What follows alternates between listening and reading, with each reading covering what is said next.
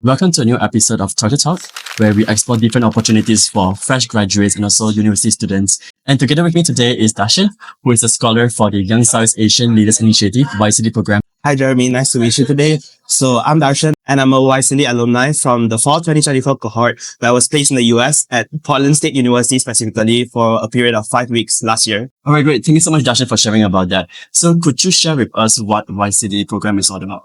The YSEALI Academic Fellowship Program is basically a 5-week exchange program where students from Southeast Asian countries, specifically student leaders, are brought to the US to learn specific topics which they have prior interest in.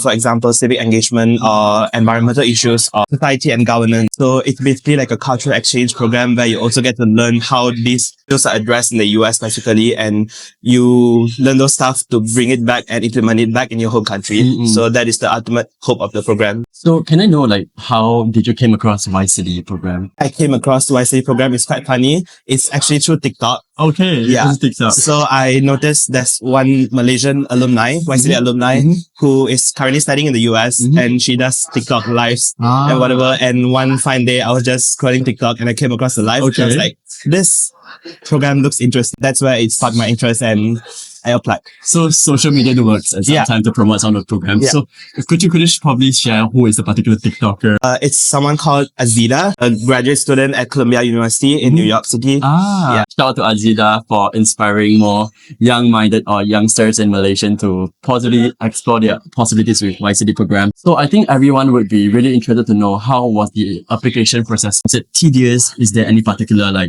documentation or interview process that you have gone through? The application process is actually very, very simple. So recently for the previous cohort, they have actually revamped it entirely. So it's different from how I went through it, but I kind of know how it is right now. So it's basically consists of 2 steps. First of all, it's a written application where you have to submit your resume and some recommendation letters and just some essays to the prompts that are given in the form. Secondly, after you're shortlisted, you'll be called for an interview where someone from the YSEALI program team in the United States, they will be interviewing you and select you out of all the shortlisted candidates. So how long was the preparation process, filling out all the forms? How was it tedious, and is there particular things that you would like to share? I would say if you're actually passionate about the team you're applying for, it would be kind of simple for you. It's definitely stressful because the chances of getting in are quite slim because of the competitive nature of the program, because everyone is applying for every cohort, right? So just pour your passion into it and talk about your life stories and just keep it as real as possible for the application and somehow make sure. Okay.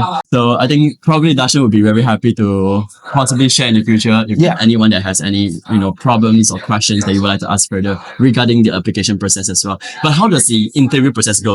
Some people, they have not gone through a job interview. How was the setup look like? Is it they want to know you personally more, or they want to know more of your experience? So I would say it's a good mixture of both. The interview needs a lot of preparation for sure, but just make sure you keep it as real as possible. You don't have to do too much. Just be you and just talk about your prior experiences. I think what they're looking for is basically proof that you're a leader, show some leadership experience in the past, and also show that you care about the community that you're advocating for. That's it. Just be you. It's a really cool tagline to go for. Just be yourself.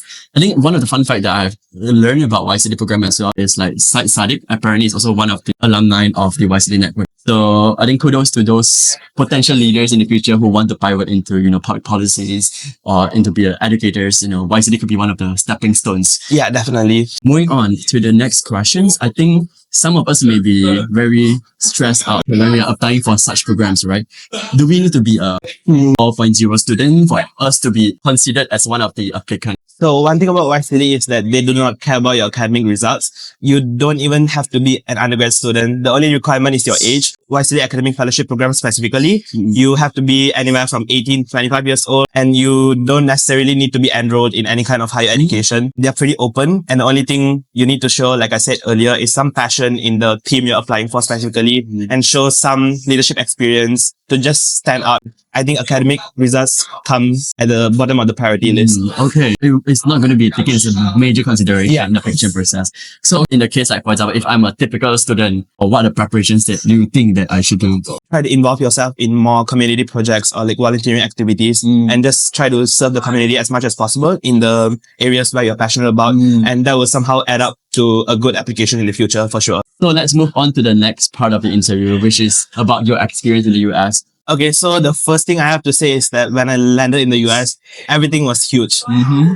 Everything was huge from every other country I've ever been in. The roads, the buildings, the food portion. That was the first impression of me in the US.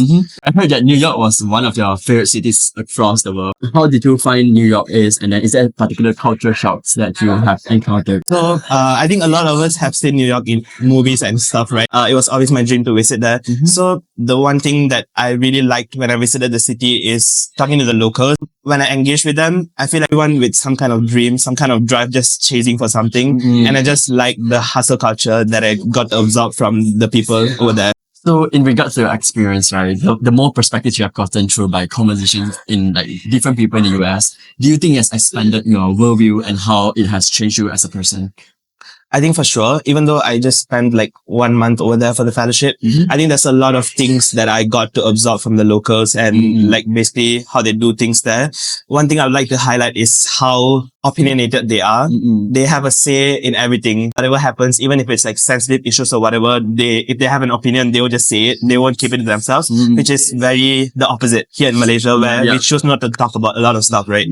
So I highly admire that because I feel like whenever there's a pressing issue or something that needs to be talked about, it needs to be talked about. Goes hand in hand with the objective of the program itself, which is to nurture leaders who speak. That's an amazing sharing by Dharshaan. He pretty much consolidated everything that he has experienced. I think before we end off the session for today, could you share what do you define success as? Success for me is probably if I did grab all the opportunities that came my way and try to better myself through it. And also success to me is probably when I get to wake up every day and I feel content and happy and feel like I'm exactly where I need to be. Oh, that's perfect. Thank you so much for sharing your insights and your personal wisdom to us. That's all for today. And thank you so much for watching the videos. And thank you so much, Dharshaan, for joining us today. If you would love to learn more,